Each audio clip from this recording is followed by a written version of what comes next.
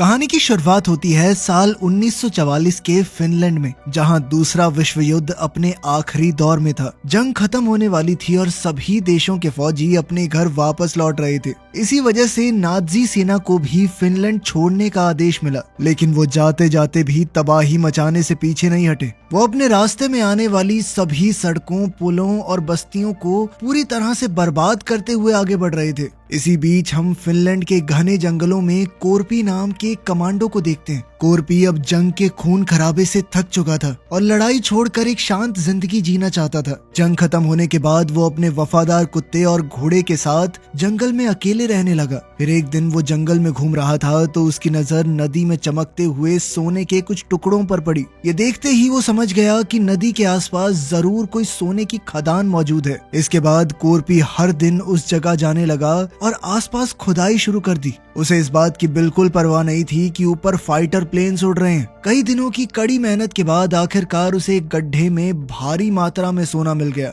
सोना देखते ही कोरपी की आंखों में खुशी के आंसू आ गए, क्योंकि वो जानता था कि अब उसकी जिंदगी पूरी तरह बदल सकती है। उसने इस सोने को अपने टेंट में छुपा दिया और पूरी रात जाग कर उसकी रखवाली करता रहा, क्योंकि उसे डर था कि कहीं कोई आकर उसका सोना न चुरा ले। अगली सुबह कोरपी ने सारा सोना एक बैग में भरा और अपने घोड़े पर सवार होकर वहां से निकल पड़ा। साथ ही उसका वफादार कुत्ता भी उसके पीछे पीछे चलने लगा।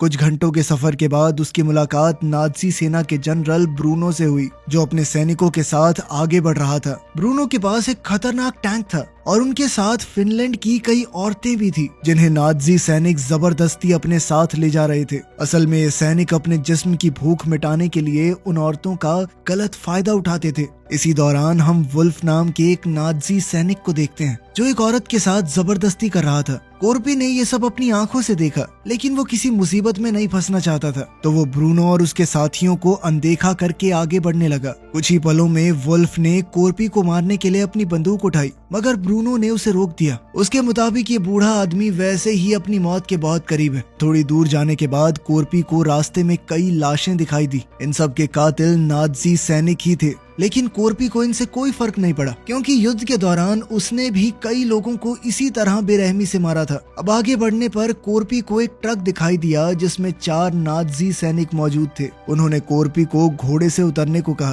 तभी उनकी नजर कोरपी के बैग पर पड़ी। उन्होंने शक के आधार पर बैग खोला और उसमें सोना देखकर सभी दंग रह गए। तब कोरपी समझ गया कि ये लोग उसका सोना लूटकर उसे मार डालेंगे, इसीलिए उसने सबसे पहले अपने कुत्ते से भागने को कहा। उसे भागते हुए देखकर एक सैनिक ने कुत्ते पर गोलियां चला दी, मगर वो जैसे तैसे भाग निकला। इसके बाद एक सैनिक ने कोरपी पर गोली चलाने की कोशिश की, पर तभी कोरपी ने अपना चाकू निकालकर उसके सर में दे मारा, जिससे उसकी मौके पर ही मौत हो गई। अब बाकी सैनिकों ने भी उस पर हमला बोल दिया, लेकिन कोरपी ने अपने चाकू की मदद से एक एक करके उन्हें मौत के घाट उतार दिया। साथ ही उसने एक सैनिक को ढाल बनाया ताकि वो गोलियों से बच सके। तभी बचे हुए एक सैनिक ने उसे पीछे से पकड़ने की कोशिश की, तो कोरपी ने उसके हाथ को मरोड़कर उसकी गन से ही उसे गोली मार दी। इधर ब्रूनो और उसके साथियों को जब गोलियों की आवाज सुनाई दी तो वो उसे देखने के लिए वापस पीछे गए, लेकिन तब तक तो कोरपी वहां से जा चुका था। तभी ब्रूनो ने देखा कि उसके सैनिकों की पूरी टुकड़ी को किसी ने मार दिया है। उसी समय उसे एक सैनिक की जेब में सोने का टुकड़ा दिखाई दिया, तो वो समझ गया कि उसके साथियों को उसी बूढ़े आदमी ने मारा है और उसके पास ढेर सारा सोना है। अब ब्रूनो ने भी कोरपी का पीछा करने का फैसला कर लिया। थोड़ी देर बाद उसे रास्ते में कोरपी दिखाई दिया और वो तुरंत अपने टैंक से कोरपी पर गोलियां चलाने लगा। ये देखकर कोरपी ने भी अपने घोड़े की रफ्तार बढ़ा दी और जल्दी से वहां से निकलने लगा। इसी चक्कर में कोरपी एक माइन फील्ड में जा पहुंचा, जहां नाजी सैनिकों ने ढेर सारी माइन बिछाई हुई थी। उसी पल ब्रूनो ने अपने साथियों को शूट करने से मना कर दिया और हंसते हुए कहा कि ये बूढ़ा आदमी कुछ ही पलों में खुद ही ब्लास्ट हो जाएगा। तभी अचानक कोरपी के घोड़े ने एक माइन पर पैर रख दिया, जिससे वहां पर जबरदस्त धमाका हो गया और कोरपी बुरी तरह घायल हो गया। इस धमाके में उसके घोड़े ने अपनी जान गंवा दी। फिर ब्रूनो ने वहां आकर देखा कि कोरपी अपना सोना उठाकर बैग में रख रहा था, लेकिन वो वहीं रुक गया और कोरपी को देखता रहा। सच तो ये था कि वो सोना उठाने के लिए माइनफील्ड में जाने का खतरा मोल नहीं लेना चाहता था, इसीलिए वो कोरपी के मरने का इंतजार करने लगा। अब जैसे ही कोरपी ने सोना उठाया तो ब्रूनो ने अपने सैनिकों को कोरपी को मारने का आदेश दे दिया, लेकिन कोरपी भी कोई ऐरा गैरा फौजी नहीं था। उसने सोने के साथ एक पत्थर उठाया और सीधा एक माइन पर निशाना लगाया, जिससे वहां जबरदस्त धमाका हुआ। ब्लास्ट के धुएं का फायदा उठाकर कोरपी वहीं छुप गया। अब नाजी सैनिक उसे मारने के लिए धुएं में गोलियां चलाने लगे, लेकिन कोरपी एक ढाल की मदद से बचता चला गया। थोड़ी देर बाद ब्रूनो ने एक सैनिक को भेजा कि देख क्या बुड्ढा मरा या नहीं, लेकिन तभी एक माइन उड़ती हुई फौजी के करीब आकर गिरी और उसकी मौके पर ही मौत हो गई। अब ब्रूनो ने 2 और सैनिकों को वहां भेजा, लेकिन वो भी माइन के धमाकों में मारे गए। फिर जैसे ही धुआं साफ हुआ तो वो समझ गए कि कोरपी वहां से भाग गया है। ये देखकर ब्रूनो गुस्से में आग बबूला हो गया। अब उसने 2 फिनलैंड की औरतों को अपनी ढाल बनाकर माइन पार करने का फैसला किया। तब वुल्फ सबसे ज्यादा डरी हुई औरतों को पकड़कर लाया और उन्हें टैंक के आगे चलने को कहा। इधर ब्रूनो ने उस जगह की जांच की तो उसे कोरपी के कुत्ते का टैग मिल गया। कुछ देर बाद जब नाजी सैनिक माइनफील्ड को पार कर रहे थे तो ब्रूनो ने टैंक के अंदर मौजूद रेडियो के इस्तेमाल से कोरपी के बारे में जानकारी निकालने की कोशिश की। तब उसे हेड ऑफिस से चेतावनी मिली कि जिस बूढ़े आदमी का वो पीछा कर रहा है उसका नाम कोरपी है और अगर वो उसे ढूंढ रहे हैं तो तुरंत ये सब बंद कर दें। ऑफिसर ने कहा कि तुम लोग बेहद किस्मत वाले हो जो कोरपी के साथ आमना सामना होने के बाद भी जिंदा बच गए। असल में दूसरे विश्व युद्ध के दौरान कोरपी को सबसे खतरनाक कमांडो माना जाता था और कोई भी उससे टक्कर नहीं लेना चाहता था। वहीं ब्रूनो को ये भी पता चला कि युद्ध के दौरान रूसी सैनिकों ने कोरपी के पूरे परिवार को बेरहमी से मार डाला। अपने परिवार को खोने के बाद कोरपी बिल्कुल बदल चुका था। वो इतना खतरनाक हो गया था कि उसने अपने सीनियर अफसरों के आदेश तक नहीं माने। आखिर में हालात ऐसे हो गए कि वो अकेला ही जंगल में रूसी सैनिकों का शिकार करने लगा। तब से लेकर अब तक कोरपी अकेले 300 से ज्यादा रूसी सैनिकों को मौत के घाट उतार चुका है। अंत में ऑफिसर ने ब्रूनो से साफ शब्दों में कहा कि ज्यादातर लोग कोरपी को अमर मानते हैं और उसके पीछे जाना खुद मौत को दावत देने के बराबर है। लेकिन ब्रूनो को इस चेतावनी से ज्यादा फर्क नहीं पड़ा। उसने कोरपी का पीछा जारी रखने का फैसला किया। असल में नाजी सेना को युद्ध हारने के बाद बहुत कड़ी सजा मिलने वाली थी और ब्रूनो अब उस सोने के दम पर रिश्वत खिला के अपनी सजा से बचना चाहता था। इसी लालच की वजह से वो किसी भी कीमत पर कोरपी से सोना छीनना चाहता है। तभी हम कहानी में वापस कोरपी को देखते हैं। रास्ते में उसे एक जला हुआ ट्रक दिखाई दिया और वो वहीं ट्रक के पीछे लेटकर छुप गया। उसने अपने शरीर में फंसी गोलियों को चाकू की मदद से निकाला और दर्द से कराहते हुए अपने जख्मों पर धूल डाली ताकि खून रुक जाए। थोड़ी ही देर में कोरपी का कुत्ता भी वहां आ गया, लेकिन कोरपी ने उसे पास ना आने का इशारा किया। इसीलिए उसने दूरी बनाए रखी और दूर से ही उसे देखता रहा। अब ज्यादा खून बहने और थकान की वजह से कोरपी की आंख लग गई। इधर कुछ ही घंटों में नाजी सैनिक उस इलाके में आ पहुंचे। उनकी आहट सुनते ही कोरपी की नींद खुल गई और उसने देखा कि नाजी फौजी उसे ढूंढने के लिए खोजी कुत्तों का सहारा ले रहे हैं। हालात भांपते हुए कोरपी तुरंत ट्रक के नीचे छुप गया और वहां से उनकी हर हरकत पर नजर रखने लगा। फिर जैसे ही नाजियों का ट्रक आया, कोरपी तुरंत चुपके से उनके ट्रक के नीचे घुस गया और उसके फ्यूल टैंक को काट दिया। जल्द ही पेट्रोल उसके शरीर पर गिरने लगा, जिससे उसके शरीर की गंध दब गई और कुत्तों को उसके होने का कोई सुराग नहीं मिला। मजबूर होकर नाजी सैनिकों ने कोरपी को पकड़ने के लिए एक नया आइडिया लगाया और वहीं पर डेरा डाल लिया। थोड़ी देर बाद जब कोरपी ने वहां से निकलने की कोशिश की तो अचानक एक कुत्ते ने उसे देख लिया और जोर जोर से भौंकने लगा। इस वजह से सैनिकों का पूरा ध्यान उस पर चला गया और वो कोरपी पर गोलियां बरसाने लगे। इस दौरान एक गोली सीधा कोरपी के पैर में जा लगी, फिर भी वो हिम्मत दिखाते हुए वहां से भाग निकला। ये सब देखकर ब्रूनो ने अपने कुत्तों को कोरपी के पीछे छोड़ दिया। अब कुत्तों से जान बचाने के लिए कोरपी ने अपने शरीर में आग लगा ली और पास ही झील में कूद गया। सैनिक तो अब भी उस पर अंधाधुंध फायरिंग कर रहे थे, पर ब्रूनो ने उन्हें रोक दिया और कोरपी के झील से बाहर आने का इंतजार करने लगा। अब काफी देर हो चुकी थी पर कोरपी झील से बाहर नहीं आया था। फिर जैसे ही उसने झील से निकलने की कोशिश की तो सैनिकों ने ताबड़तोड़ फायरिंग शुरू कर दी और वो दोबारा पानी में चला गया। कुछ ही पलों में उसने झील के पानी में खून फैला दिया ताकि सबको लगे कि कोरपी मर चुका है। ये सोचकर 3 नाजी सैनिक सोना निकालने के लिए एक नाव लेकर झील के बीचों बीच पहुंचे। उनमें से एक सैनिक पानी में उतरा, लेकिन अचानक कोरपी ने उसे पकड़कर अपने चाकू से मार डाला। देखते ही देखते पानी की सतह खून से लाल हो गई। ये मंजर देखकर ब्रूनो ने दूसरे सैनिक को पानी में भेजा, पर उसका भी यही हश्र हुआ। अब तीसरा फौजी तो डर के मारे घबरा गया और नाव लेकर भागने लगा, लेकिन ब्रूनो ने गुस्से में आकर उसे वहीं गोली मार दी। उसी समय अचानक कोरपी झील के पानी से बाहर आ गया और गोलियों से बचने के लिए तीसरे सैनिक की लाश को अपनी ढाल की तरह इस्तेमाल करते हुए वहां से भाग निकला।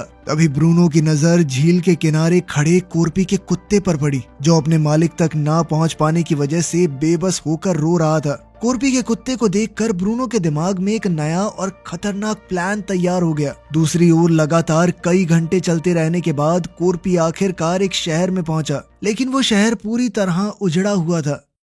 अब कोरपी हद से ज्यादा थक चुका था, इसलिए उसने गैस स्टेशन के अंदर जाकर थोड़ा आराम करने का फैसला किया। घायल पैर के दर्द को झेलते हुए वो सोने की कोशिश कर रहा था, पर इसी बीच उसके जहन में वो डरावना दिन ताजा हो गया जब उसने अपने पूरे परिवार को खो दिया था। खैर, काफी मशक्कत के बाद कोरपी की आंख लग गई, लेकिन थोड़ी देर में अचानक अपने कुत्ते के भौंकने की आवाज सुनकर उसकी नींद टूट गई। जागते ही वो अपने कुत्ते से मिला, लेकिन उसी पल उसे एक भयानक सच्चाई का एहसास हुआ। असल में कोरपी ने देखा कि उसके कुत्ते के शरीर पर एक डायनामाइट बंधा हुआ था। उसने बिना वक्त गवाए डायनामाइट को अलग करके दूर फेंक दिया, लेकिन उसी पल जोरदार धमाका हो गया। इस धमाके से कोरपी उछलकर जमीन पर जा गिरा और फिर बेहोश हो गया। जब कोरपी को होश आया तो उसने देखा कि ब्रूनो उसके सामने खड़ा था और अब कोरपी उसकी कैद में था। ब्रूनो ने उसका सारा सोना छीन लिया और उसकी जेब में जानबूझकर एक छोटा सा टुकड़ा छोड़ दिया। आखिर में ब्रूनो ने कोरपी को फांसी देने का फैसला किया,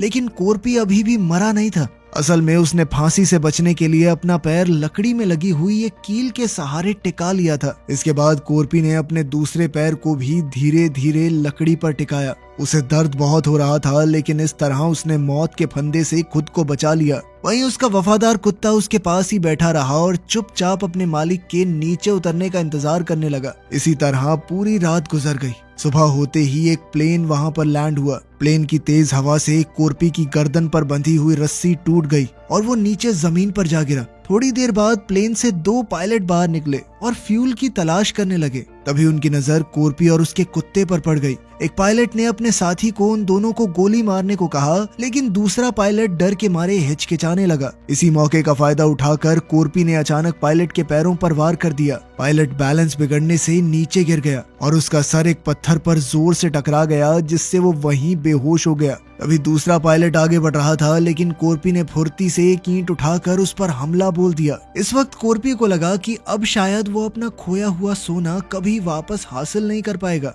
और उसने ब्रूनो का दिया हुआ सोने का टुकड़ा भी वहीं जमीन में दफना दिया। लेकिन तभी उसकी नजर बेहोश पड़े दूसरे पायलट पर गई, क्योंकि वो अभी भी जिंदा था। यहीं से उसके दिमाग में एक नया प्लान बना। उसने इसी पायलट के प्लेन के सहारे ब्रूनो तक पहुंचने का फैसला किया ताकि वो अपना सोना वापस पा सके। लेकिन आगे बढ़ने से पहले कोरपी ने अपने पैर में धसे हुए मेटल के टुकड़े निकाले और दर्द की परवाह किए बिना घाव को आग से जलाकर एक तार की मदद से कसकर बांध दिया। ये सब देखकर वो पायलट तो डर के मारे पूरी तरह सहम गया। इसके बाद कोरपी ने अपने वफादार कुत्ते को वहीं छोड़ दिया और अकेले ही प्लेन में बैठकर ब्रूनो की तलाश में निकल पड़ा।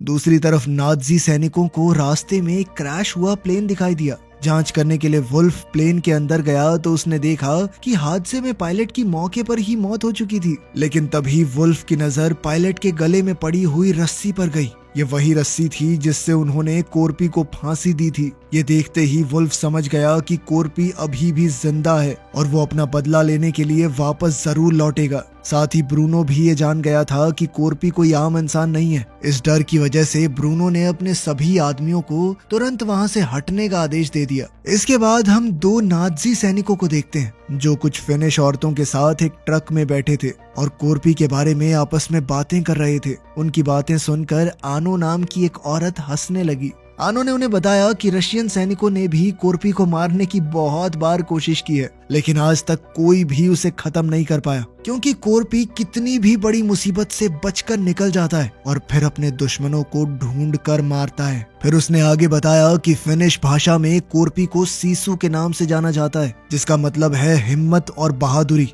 और अब वही सीसू उन सब का अंत करेगा। ये कहते हुए उसके चेहरे पर एक अजीब सी खुशी नजर आ रही थी। तभी अचानक कोरपी ने एक सैनिक पर हमला कर दिया और उसे मारकर ट्रक से नीचे फेंक दिया। जब दूसरा सैनिक बाहर झांकने आया तो कोरपी ने उसे भी पकड़कर नीचे घसीट लिया, जिससे वो टैंक के नीचे आकर कीड़े की तरह कुचला गया। इधर आनो ने मरे हुए सैनिक का हथियार उठाने की कोशिश की, लेकिन तभी कोरपी ट्रक के अंदर आ गया। वहाँ अपने देश की औरतों को देखकर वो समझ गया कि नाज़ियों ने उन्हें जबरदस्ती कैद करके रखा हुआ है और वो सभी बेगुनाह हैं। इसलिए कोरपी ने उन्हें हथियार सौंप दिए। इसके बाद वो ट्रक की छत पर चढ़ गया और ड्राइवर को मारकर नीचे फेंक दिया। अब उसने आनो से ट्रक चलाने को कहा ताकि वो उसकी मदद कर सके। इसके बाद आनो ट्रक को टैंक के करीब ले जा रही थी, लेकिन टैंक में मौजूद लोगों को शक हो गया। इसीलिए सभी औरतों ने मरे हुए सैनिकों की बॉडी का इस्तेमाल किया ताकि किसी को भी सच्चाई का पता न लग जाए। इसके बाद आनो अपना ट्रक दूसरे ट्रक के पास ले गई।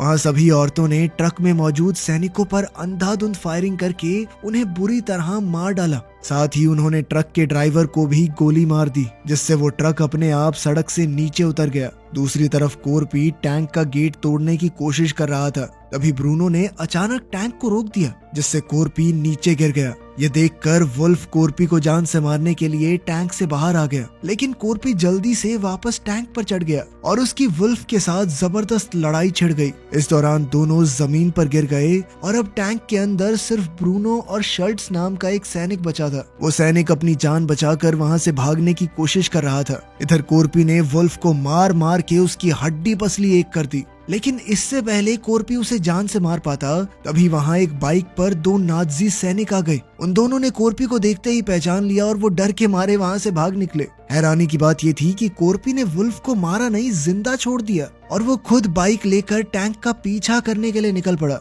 यहाँ वुल्फ भी यही सोच रहा था कि उस हैवान ने मुझे जिंदा छोड़ दिया। लेकिन कुछ ही देर में फिनिश औरतें वुल्फ से बदला लेने के लिए वहाँ पहुंची।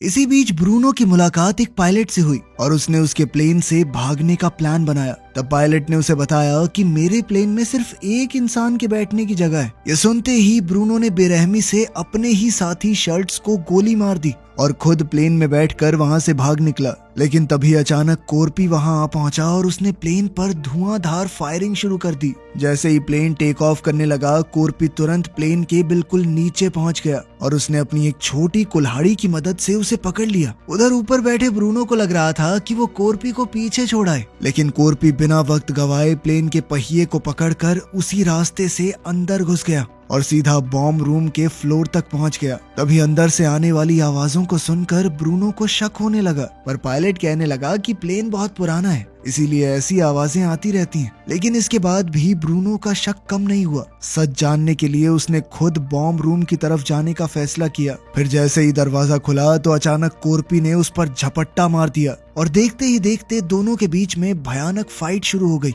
अपने गहरे जख्मों की वजह से कोरपी कमजोर पड़ रहा था और ब्रूनो उस पर भारी पड़ रहा था, लेकिन कोरपी हार मानने को तैयार नहीं था। इसी बीच ब्रूनो ने उस पर एक मेटल बेल्ट से जोरदार हमला किया, पर कोरपी ने उस बेल्ट को पकड़ लिया और उसे एक बम के साथ बांध दिया। अगले ही पल वो बॉम्ब प्लेन से नीचे जा गिरा और उसके साथ ही ब्रूनो भी नीचे गिर गया और फिर एक जबरदस्त ब्लास्ट के साथ ब्रूनो का खेल खत्म। अब कोरपी थोड़ी देर के लिए तो सुकून चाहता था, लेकिन तभी प्लेन का कंट्रोल बिगड़ने लगा और वो तेजी से नीचे की तरफ झुक रहा था। तब जाकर कोरपी को एहसास हुआ कि ब्रूनो से लड़ते वक्त पायलट को भी गोली लग गई थी, जिस वजह से उसकी मौत हो गई। अब कोरपी के पास बचने का कोई चारा नहीं था। उसने अपना सोना मजबूती से पकड़ लिया और अपनी मौत के लिए तैयार रहा। कुछ ही पलों में प्लेन सीधा एक दलदल में जाकर क्रैश हो गया। इसी दौरान फिनिश यूनिट के सैनिकों ने एक नाज़ी टैंक को अपनी तरफ बढ़ते हुए देखा और वो हमले के लिए तैयार हो गए। लेकिन थोड़ी देर में उन्होंने देखा कि टैंक के अंदर तो फिनिश औरतें हैं